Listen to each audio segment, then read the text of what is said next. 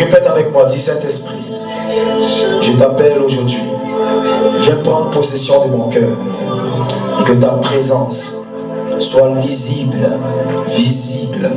dans ma vie.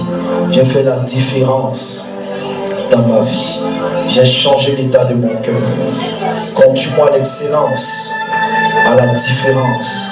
Saint-Esprit, j'ai besoin de toi dans ma foi, dans ma vie chrétienne. La parole de Dieu. Dina, la fille que Léa avait donnée à Jacob. Dina, la fille que Léa avait donnée à Jacob. Sortit pour voir les filles du pays. Sortit pour voir les filles du pays. Sichem, fils de Hamor, le prince du pays, la vit. Il l'enleva et coucha avec elle. Il la viola. Il s'attacha à Dina, la fille de Jacob. Il aima cette jeune fille et parla à son cœur. Sichem dit alors à son père Hamor, donne-moi cette fille. Donne-moi cette fille. Pour femme. Pour femme. Jacob apprit qu'il avait déshonoré sa fille. Jacob apprit qu'il avait déshonoré sa fille. Comme ses fils étaient au champ. Comme ses fils étaient au champ. Il va occuper les terres de sa vie. Donc il est étranger à la ville de Sichem. Il ne connaît pas les habitants. La Bible dit sa fille curieuse qui s'appelle Dina va vouloir contempler la ville parce que j'arrive dans un quartier, c'est normal que je sorte pour voir comment est-ce que la ville est, où est-ce que je peux sortir, où est-ce que je peux rentrer. Quelqu'un me dit amen. Donc c'est dans cet élan qu'elle sortira. Elle sort pour aller contempler la ville. Pendant qu'elle sort, elle est perçue par le prince même de la ville. Et il va commencer à la draguer. Il va lui dire des paroles. Il va parler à son cœur. Et la Bible dit qu'il va coucher avec elle. Quelqu'un me dit amen. Ça veut dire il va la déshonorer. Parce que en Israël, avant de sortir avec une femme, il fallait d'abord payer la dot. Mais nous, ils n'avaient ni payé dot. Ils se sont pris dans un couloir et ils ont géré leur business. Quelqu'un me dit amen. Et lorsque la nouvelle est arrivée aux oreilles de Jacob, Jacob a été humilié. Jacob s'est senti abaissé. Il s'est senti déshonoré. Mais Jacob n'a rien dit parce que Jacob n'avait pas ses fils avec lui. La Bible dit Jacob garda le silence jusqu'au retour de ses fils. Quelqu'un me dit amen. Jacob était père exemplaire. Il n'a pas pris de décision. Il attendait le retour de ses fils. Quelqu'un me dit amen. Dis retour de ses fils. Qui est Dina aujourd'hui? Et qui est Sichem? Sichem, c'était un prince païen. C'est-à-dire quand on dit tu es païen en Israël, tu n'es pas circoncis. Ça veut dire que ton prépuce n'est pas coupé. Amen. Amen. Voilà pourquoi dans la loi d'Abraham, en Genèse 12, tout enfant mâle devrait être circoncis au 8e jour. C'est ce qui marquait l'alliance entre Israël et Dieu. Donc quand tu n'as pas ce symbole, ce signe qui prouve que tu appartiens à Israël, tu es un païen. Quelqu'un me dit amen. Et comme les Philistins avaient peur de la circoncision, ils ne se donnaient pas à la circoncision. Quelqu'un me dit amen et bien. Alléluia. Et la Bible va nous dire, ils ne seront pas circoncis.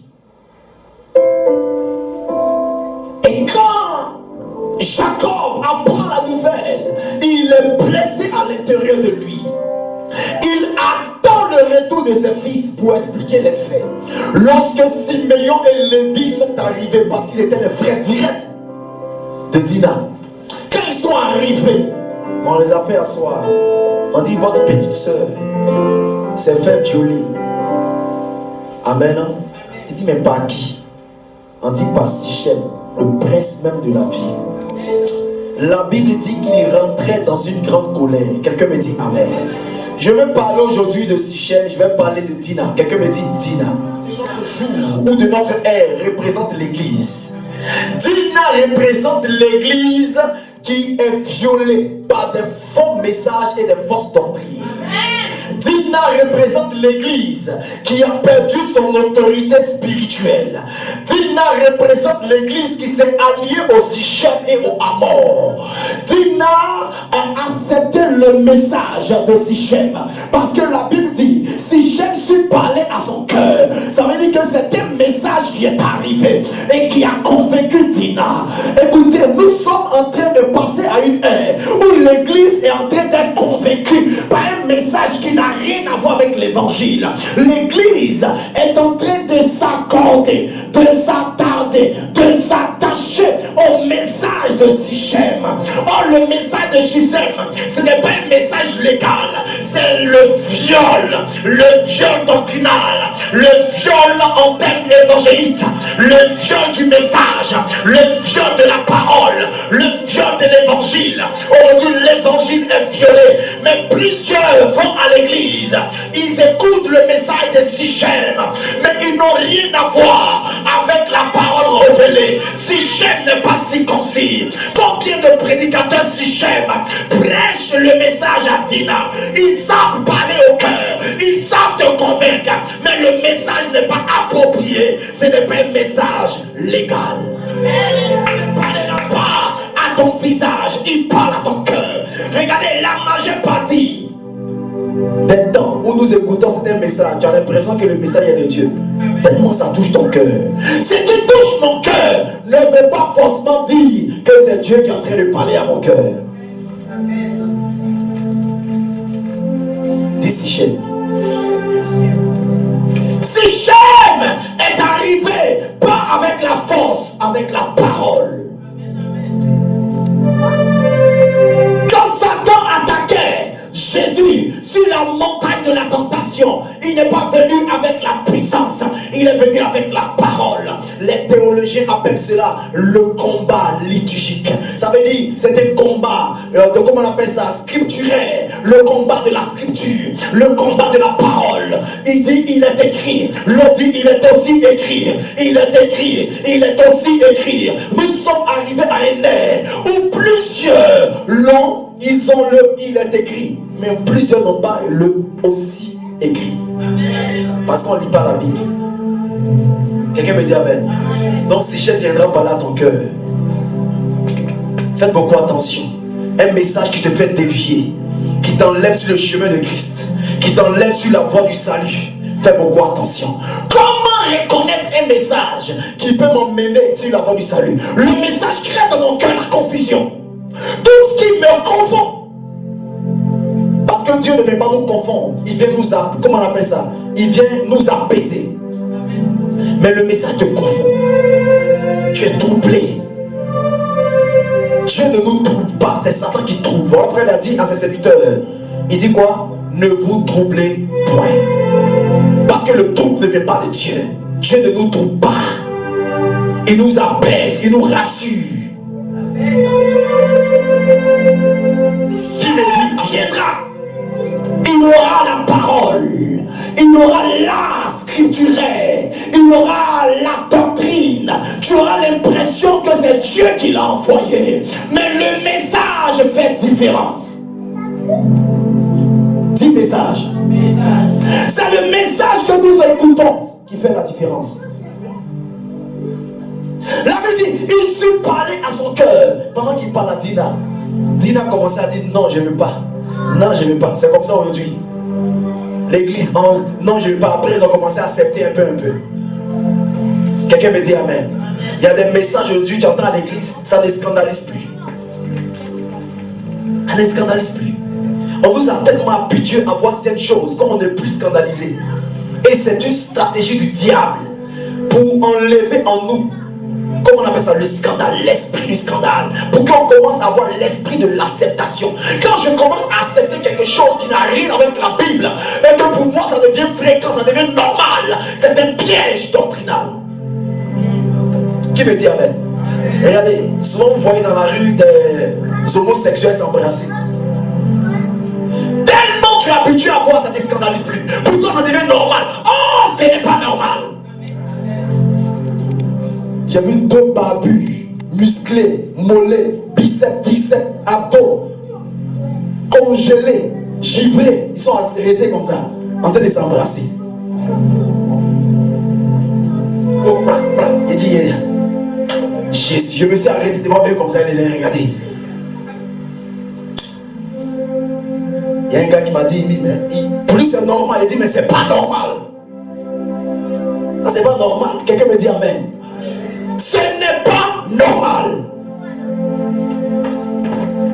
Et aujourd'hui, le message de GCM est rentré même à l'église. On voit des mariages gays à l'église. Il y a des gays qui se marient et des pasteurs bénissent le mariage. Quand ils parlent, les individus homophobes, ils ont créé tous les systèmes pour nous mettre dans une atmosphère. Quelqu'un me dit amen. Je vous dis une chose. Jacob garda le silence. Ce n'est pas à Jacob de prendre la décision. Jacob c'est le père. Mais c'est à ceux qui ont l'épée. L'épée c'est Lévi et Siméon. Lévi et Siméon. Lévi et Siméon, c'est une génération qui a la parole. Parce que l'épée, c'est la parole. Vous voulez redresser l'église. On ne la redressera pas avec la prophétie. On ne la redressera pas avec les miracles. Mais c'est avec la parole. Avec la parole. Qui me dit amen? Alléluia. La Bible dit Jacob garda le silence jusqu'à leur retour. Mais aujourd'hui il y a un grand silence parce qu'aucun fils ne revient. On dit leur retour, ça veut dire revenir à la parole. Revenir. Revenir, c'est la repentance jusqu'à leur retour. Je vous dis une chose, Dieu nous donne un temps, le temps de silence jusqu'à notre retour. Nous devons revenir à la parole. Nous devons revenir à la doctrine. La parole à laquelle nous devons nous attacher, c'est la parole christique. Au-delà de cela, je n'y crois pas. C'est Jésus qui est le centre de l'évangile. C'est Jésus qui est le début et la fin. C'est Jésus qui est le contour et le partout de la parole. Sans Jésus, il n'y a aucun message valable. Écoutez-moi bien, tout ce qu'on prêche pour stimuler, pour emmener les gens à crier Amen, c'est bien, c'est des messages d'espoir. Mais le centre, c'est Jésus. Le centre, c'est lui. Si Jésus n'est pas au centre, tout ce qu'on fait, c'est de la singerie, c'est de la gaucherie. Tout ce qu'on fait, c'est de l'amusement, c'est des bagatelles. Jésus doit être le centre de notre message. Dis-moi amen. Aujourd'hui, on ne prêche plus l'essentiel. Je vous dis l'essentiel, ce n'est pas tu as une voiture. L'essentiel, ce n'est pas ça. Aujourd'hui, on pense qu'avoir l'essentiel, c'est porter Weston, porter. Non, ce n'est pas ça l'essentiel. L'essentiel, ce n'est pas. Non, j'ai avoir, comment on appelle ça, une belle voiture, j'ai avoir avion, j'ai voyagé en 4 avions, 20 avions. Écoutez, ce n'est pas ça l'essentiel. Ça, c'est ce qu'on appelle les rudiments, ou je vais dire les compléments de ta foi. C'est ce qui accompagne ta foi. Ce n'est pas ça l'essentiel. Ça, c'est ce qui complète ta foi. C'est ce qui affirme ta foi. L'essentiel, c'est quoi? C'est Jésus dans mon cœur. L'essentiel, c'est Jésus dans mon cœur. Voilà pourquoi tu peux tout avoir et ne rien avoir. Tu peux tout avoir et ne rien avoir. Écoutez, la Bible dit en Philippiens, la Bible dit c'est pourquoi Dieu l'a souverainement élevé et lui a donné le nom qui est au-dessus de tous les noms. Écoutez, je vous dis une chose, je parle des noms. Si vous l'avez, vous avez la puissance. La Bible dit à tous ceux qui l'ont reçu, à ceux qui croient en son nom, elle leur a donné le pouvoir de devenir enfants de Dieu. La Bible dit, écoutez, je vous dis une chose, tout ce que vous demanderez en mon nom, je vous dis, il n'y a rien d'autre si ce n'est le nom, le nom, le nom. Revenir à la base. Aujourd'hui, on attend tellement. Nous l'avons tellement compliqué. La vie est simple, la vie chrétienne. La vie chrétienne est simple et elle repose sur un homme. La vie chrétienne est simple, elle repose sur un homme. Elle ne repose pas sur des promesses imaginaires. Il y a des gens aujourd'hui qui sont accrochés à une promesse qu'ils ont entendue, qu'un homme de Dieu aurait prophétisé. Et c'est ce qu'on appelle les promesses imaginaires. Et lorsqu'il attend, il attend.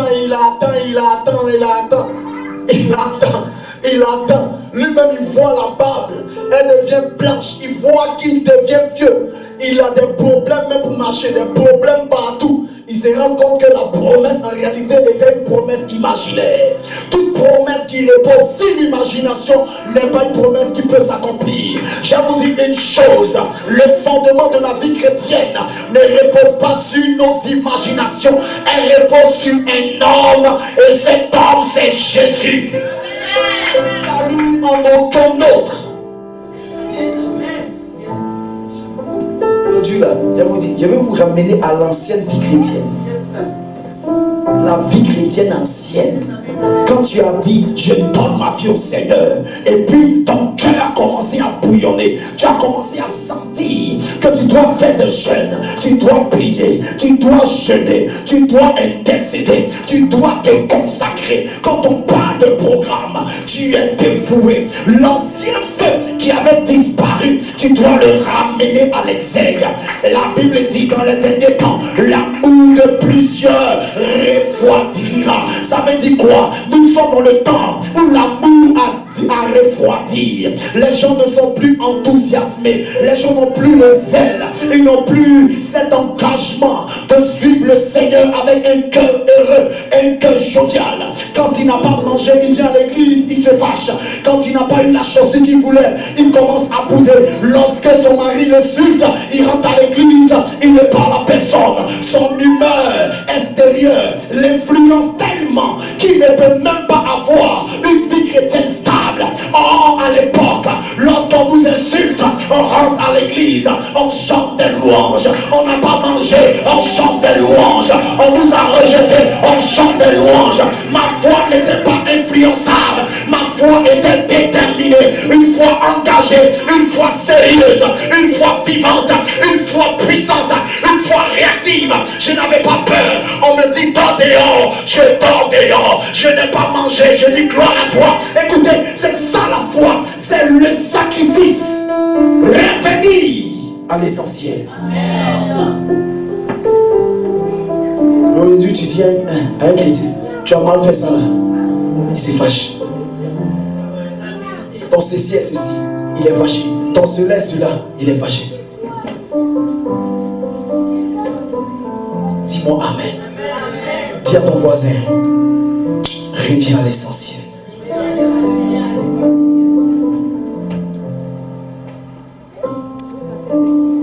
La belle époque où les gens prenaient des jeûnes. Il est à genoux enfermé. Il est à genoux enfermé. Ici, c'est des chrétiens choquants. Dis-moi amen. Chrétiens fantaisistes. Chrétiens guirlandes. Quelqu'un me dit amen.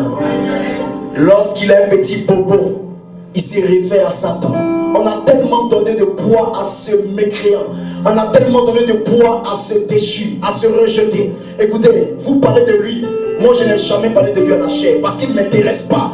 Écoutez, je vous dis une chose. Pourquoi je ne parle pas de lui? Colossiens 2,15 dit: il a dépouillé les autorités et les dominations, les a livrées publiquement en spectacle, en triomphant d'elles par la croix. Satan est dans sa défaite. Il a perdu au ciel, il a perdu sur la terre, il a perdu sous la terre. Pourquoi vous lui donnez la gloire? La Bible dit: Jésus est rentré sous la terre. Il a pris les clés du séjour des morts et de la vie. Il a arraché cela.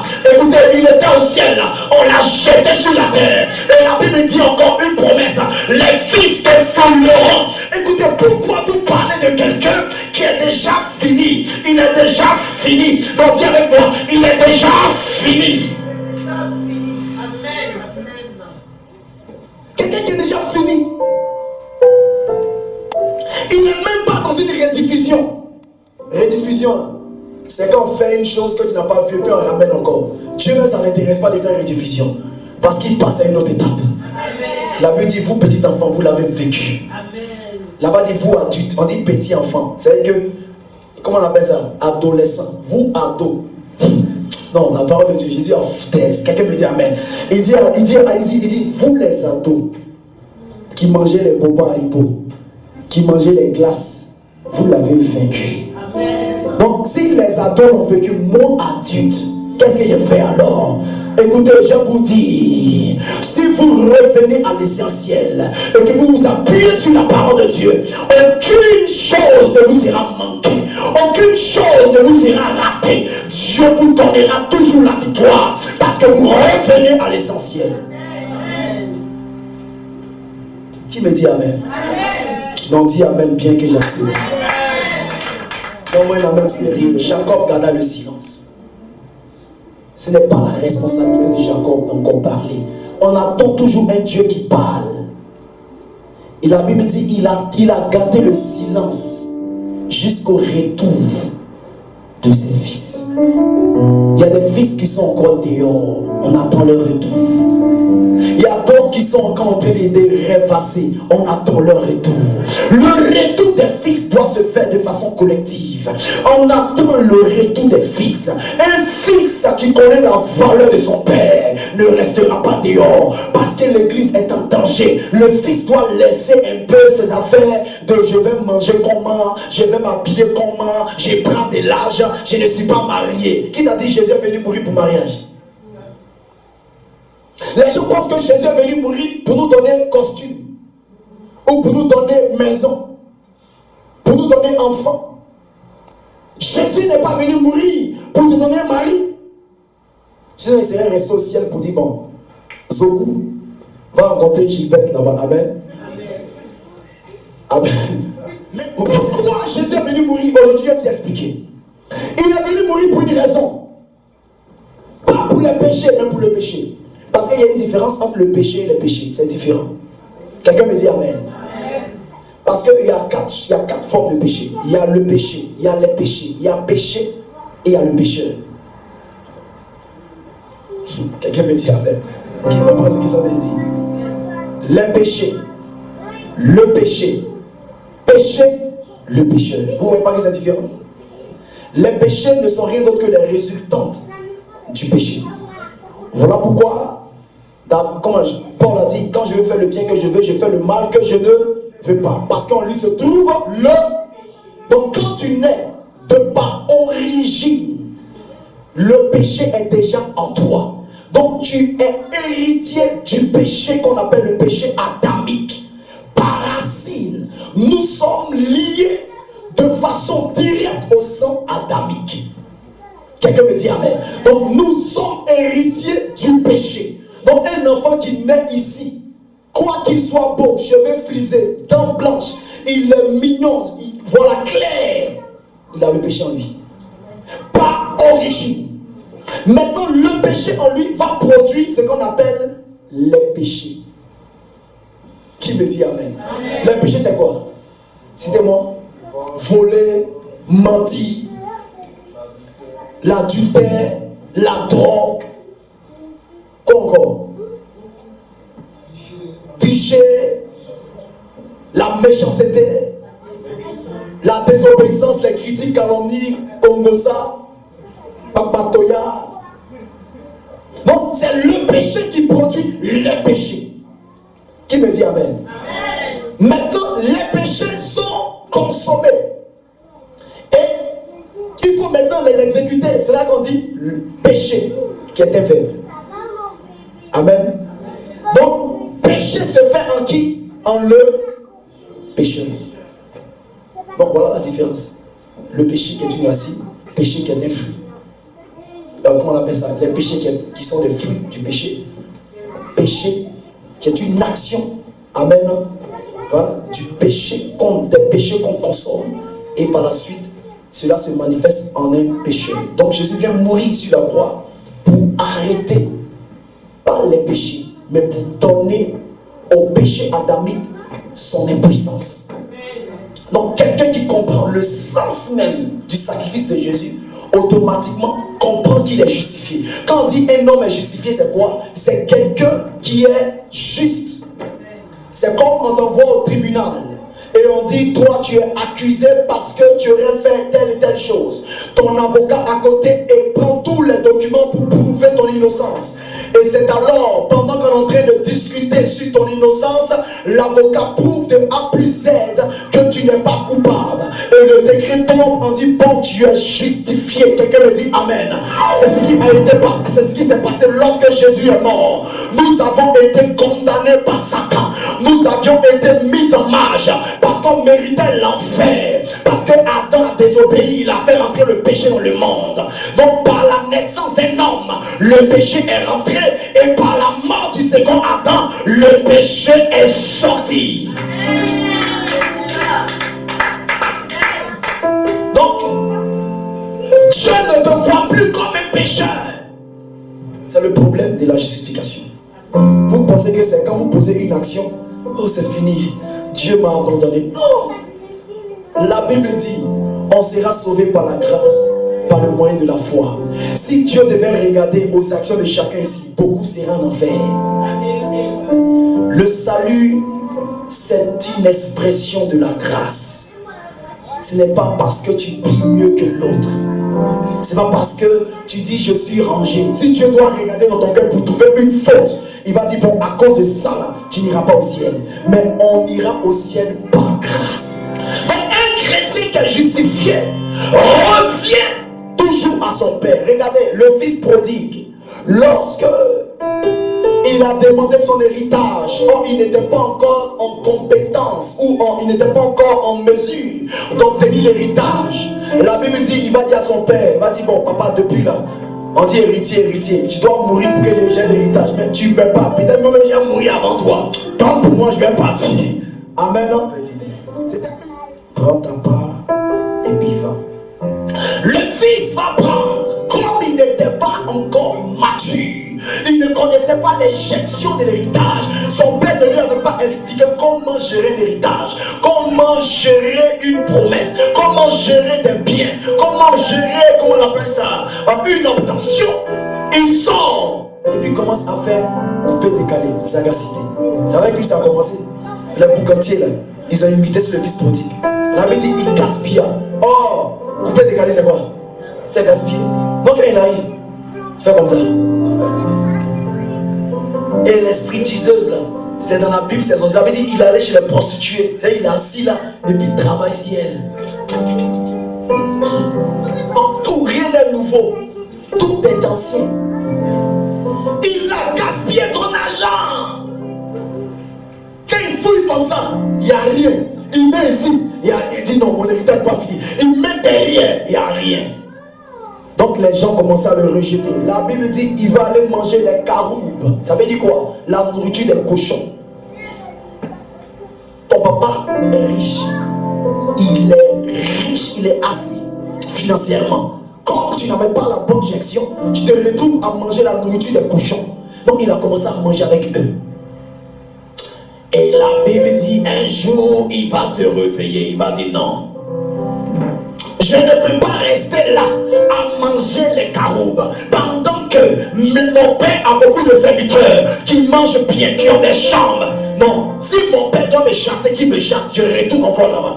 La Bible dit pendant ce temps, son père se mettait chaque jour à la fenêtre pour voir si son fils reviendrait. Voilà pourquoi il dit le retour des fils. Il est à la fenêtre, il regarde. Lundi, son fils n'est pas là. Parce qu'il n'avait pas encore pris conscience. Je vais vous dire une chose. Lorsque vous ne prenez pas conscience de votre position, vous pouvez rester 100 ans dans la même affaire. La conscience commence lorsque Dieu gronde ton esprit pour dire la position que tu as n'est pas celle que je veux. C'est alors que commence un processus qu'on appelle la repentance.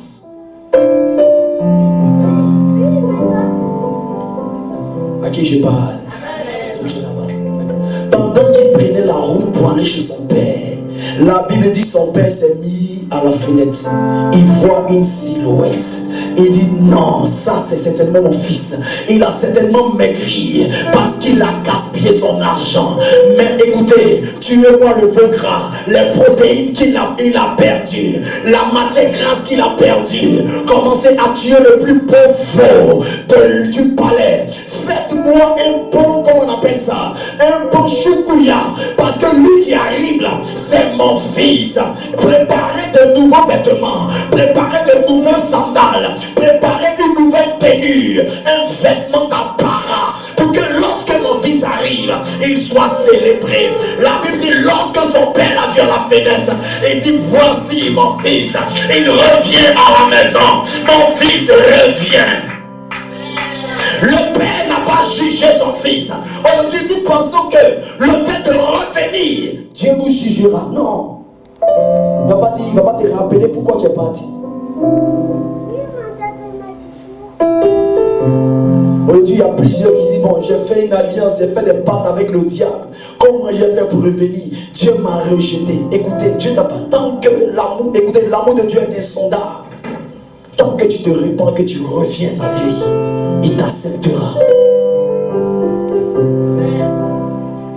On peut tout avoir et puis perdre le salut.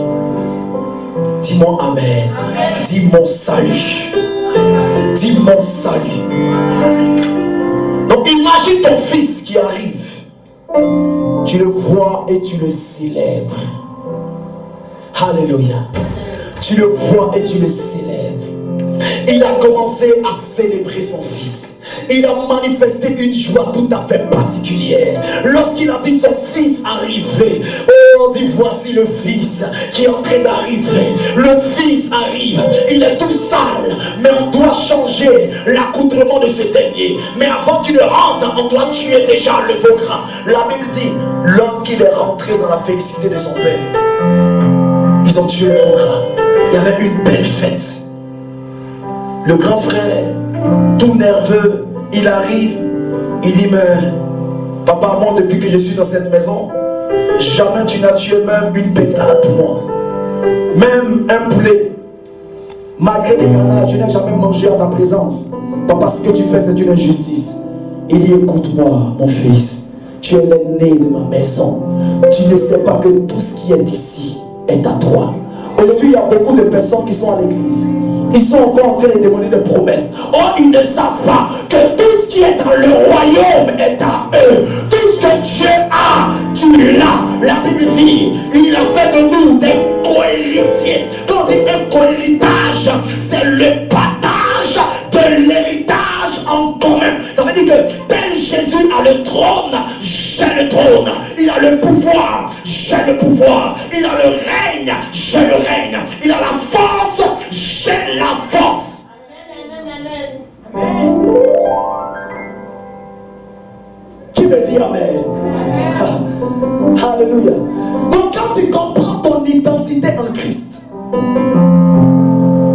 aujourd'hui le problème c'est que beaucoup de chrétiens viennent à l'église, mais ils ne connaissent pas leur identité. Ils ne savent pas qui ils sont. Tu ne sais pas qui tu es.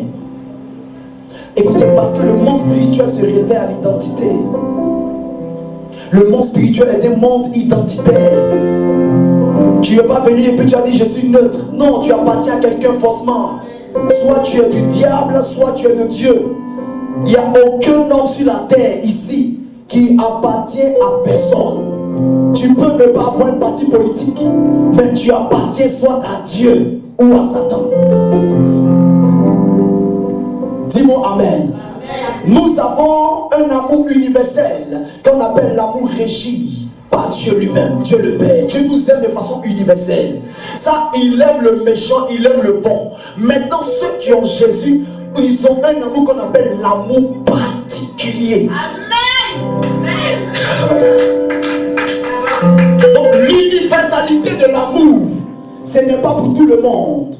C'est pour tout le monde. C'est qu'en fait, le franc-maçon, le rosicrucien, le ceci, le cela, le musulman, le kankaris, le bouddhiste, ils ont le même amour. Voilà pourquoi la Bible dit la pluie tombe sur le bon et sur le méchant. Ça, c'est un amour universel. Mais la grâce particulière appartient à tous ceux qui ont le Fils en eux.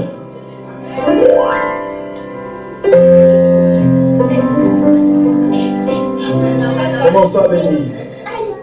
Quand tu as le Fils en toi, tu as un amour particulier. Dis-moi Amen. Dis à ton voisin, j'ai le Fils. Non, dis bien, dis j'ai le Fils. Dis j'ai le Fils en moi. J'ai un amour particulier de Dieu.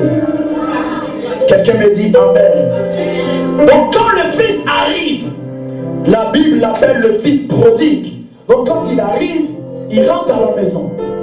Il se voit changer. On enlève les vêtements sales. On enlève les chaussures sales. On le lave. On le met à la table. Le problème, ce n'est pas tout ça. C'est comment on fait pour revenir. Le problème, ce n'est pas les avantages que nous avons quand nous revenons. Mais c'est comment on fait pour revenir. Aujourd'hui, beaucoup de personnes sont encore dehors. Sont encore dehors. Tu peux avoir être, comment on appelle ça, connaître le pasteur, attraper le sac du pasteur, manger chez le pasteur, t'asseoir avec le pasteur, discuter avec lui, et puis Dieu ne te connaît pas. Le problème de ce pourquoi vous devez prendre conscience de votre héritage. Vous devez toujours vous dire, est-ce que Dieu pense à moi encore? Est-ce que je suis encore dans son cœur? David avait ce problème. Toujours il disait, Seigneur, ne me retire pas ton esprit. Seigneur, Seigneur, Seigneur. Dis le retour des fils. Qui veut revenir? Qui veut revenir profondément dans cette relation ferme? Dis-moi Amen. Dans cette relation ferme. Dis relation ferme. Ta relation ne doit pas dépendre du fait que tu as perdu ton travail, tu ne pries plus. Il y a des gens comme ça. Il a perdu son travail, il dit bon, je crois plus en Dieu. Moi j'étais tellement attaché à mon père là. C'était mon gars. Mon père va partout avec moi. Là, c'est sur son sac. Quand tu vois me voir parler avec mon père, j'ai l'impression que c'est mon meilleur ami. On a une affinité. Parmi ses enfants, il est attaché à moi. Amen. Son agent, il dit les pactoles. Il me montre où il garde.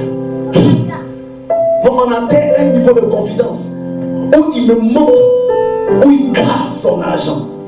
Parce qu'il sait que je suis un voleur. Il y a des gens, Dieu ne peut pas les montrer les secrets, mais c'est que c'est Dieu. C'est une image. C'est une image. Plus tu as une affinité avec ton père, il te montre son secret. Il me montre des valises d'argent. Il y a un mur. Dans le mur là, il y a un autre mur. C'est la même personne l'argent. Il dit Tite. Après il m'appelle Tite. Amen. On l'appelle le vieux. Donc moi et lui, on était comme ça. Tu nous vois sortir, tu nous vois partout, on s'assoit, on s'attrape, on se taquine, on dirait c'est mon ami.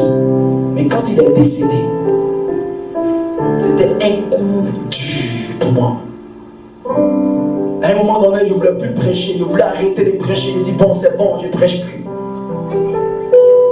C'est là maintenant Dieu va me rendre compte, va me parler à mon esprit. Donc tu me servais parce que tu avais ton père. Amen. Il y a des gens qui servent Dieu parce qu'ils ont un certain pouvoir sur lequel ils peuvent s'appuyer.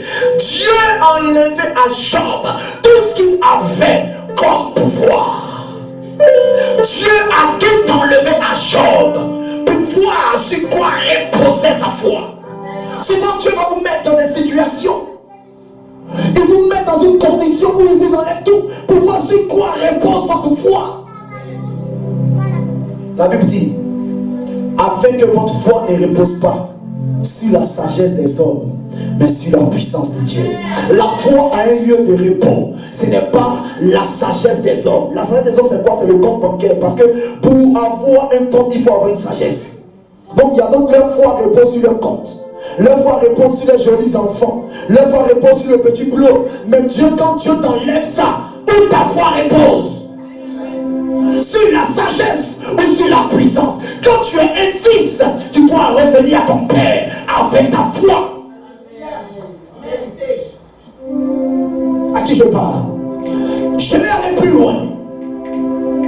Jacob, lorsqu'il a rencontré l'ange, la Bible dit Jacob était tout vigoureux. Il avait la force d'un jeune homme.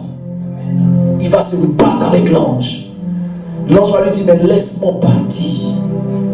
Le jour, l'aurore arrive. Si tu me mettais là, j'aurais dépassé mon créneau horaire. Parce que les anges, ils ont un temps où ils se relaient. Il dit non, je ne te laisserai pas y aller. Tant que tu ne m'as béni, je ne te laisserai pas y aller sans que ma vie n'a changé. Je ne te laisserai pas y aller. Il a lutté avec l'ange. L'ange le fait tomber. Jacob attrape le pan de la robe de l'ange. Il le ramène. Il se bat avec l'ange. L'ange le frappa à l'empoiture de la hanche. La Bible dit, la hanche de Jacob se démit. Ça veut dire quoi? La hanche, c'est quoi? C'est l'endroit qui crée notre solidité, notre rigidité, notre fermeté. La hanche. Tout à l'heure, je tape à ta hanche. Si elle est démise, tu verras que tu ne seras plus stable. Jacob est allé vers l'ange avec une démarche. Mais quand il a quitté la rencontre de Dieu, il marchait comme ça. Amen, amen, amen, amen. Il a commencé à boiter. Amen. Un homme vrai qui a rencontré Dieu, on le voit par sa démarche. Sa manière de marcher avec Dieu, on sent qu'il a rencontré Dieu. Dieu a brisé l'espoir de Jacob. La force sur laquelle Jacob s'appuyait, Dieu a tapé sa force. Souvent Dieu tape votre force. Ton côté sensible, Dieu tape là-bas. Et puis tu perds quelque chose. Dieu tape là-bas. Et puis tu as un problème que tu ne comprends pas. Tu es instable, tu pleures. Oh, c'est Dieu qui a tapé là-bas. Et puis quand il dit Seigneur, il dit oui. Oh, c'est lui qui a tapé. Il ne te dit pas c'est moi. Dieu nous met dans un schéma. Voilà qu'on appelle épreuve. L'épreuve, c'est un examen crypté. On te cache les formules.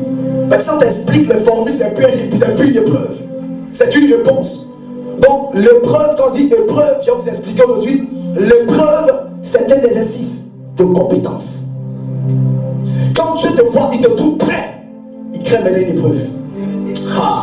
C'est la raison pour laquelle vient l'épreuve. Quand tu rencontres une situation, ça veut dire que Dieu a vu en toi que tu es mûr. Il voit que tu es prêt. Il voit que tu peux la surmonter. Tu as trouvé en toi des valeurs. Il sait que tu peux traverser cela et t'en sortir. Voilà pourquoi la Bible dit aucune épreuve ne vient au-delà de vos forces. Quand Dieu crée la situation, ça veut dire qu'il vous a déjà préparé. Voilà pourquoi souvent dans le silence, Dieu te prépare. Il te prépare, il te prépare, il te prépare. Et puis crée l'événement pour te tester. Il a dit à David, tu es un héros. Tu es le futur roi d'Israël. Quand Samuel a fini de parler, David a rencontré Goliath. C'est là qu'il fallait maintenant exercer l'onction royale. Un fils qui revient à son père le rend excellent. Le problème, ce n'est pas de ne pas tomber, c'est comment revenir. Quand tu reviens, tu deviens plus excellent, tu deviens plus particulier pour Dieu. Parce que revenir à Dieu, c'est des sentiments de noblesse. Il y a des gens qui prennent plaisir à rester là. se morfondent. Non, j'ai péché hier, si je reviens encore. Si je reviens encore, si je reviens encore. Écoutez, Dieu n'est pas un homme. Parce que c'est un mois, tu m'as fait ça, tu t'en vas. Va, il t'a pardonné. Tu reviens encore. Tu as fait encore. Faut plus faire. Va, je t'ai pardonné. Troisième fois, c'est donc que je suis là-bas. Coup de poing. Hein, papa? Si c'était un homme, tu lui as fait ça. Déjà, même un homme, tu as mangé ses pieds 2 fois. Il dit, tu as fait exprès. Hein? Il n'a pas vu manger ses pieds de papa. Oh, il passe. Après, je reviens. Il dit, attends, mais toi là, tu fais exprès ou quoi? Amen. Tu me vois, je suis là. Tu m'as sur mes pieds. J'ai crié là. Ça ne t'a rien, tu reviens encore. Donc toi, tu fais exprès.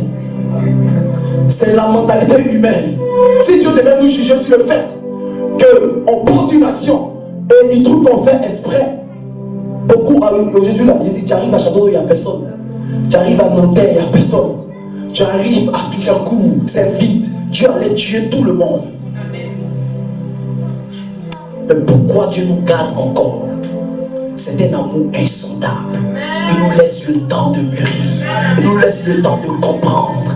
Dieu est patient. Il sait que mon fils, il est capable de revenir chaque fois à moi. Écoutez, la Bible nous parle d'un arbre, un figuier qui était là. Le figuier ne portait pas de fruits. Lorsque Jésus arrive, il regarde le figuier. Il dit, le figuier ne porte pas de fruits. Et le serviteur dit, non, ne détruis pas le figuier. Je vais mettre une haie autour. Je vais mettre, comment on appelle ça, de l'engrais. Je vais arroser le figuier. Je vais veiller à ce que le figuier porte du fruit. Si tu reviens qu'il ne porte pas du fruit, fais-en ce que tu veux. Ils ont entouré le figuier. Ils ont mis l'engrais. Ils ont créé les conditions favorables. Ils ont humecté la terre pour que le figuier ait la possibilité de germer. Mais lorsque Jésus revient, il regarde le figuier. Il regarde, il voit que des feuillages.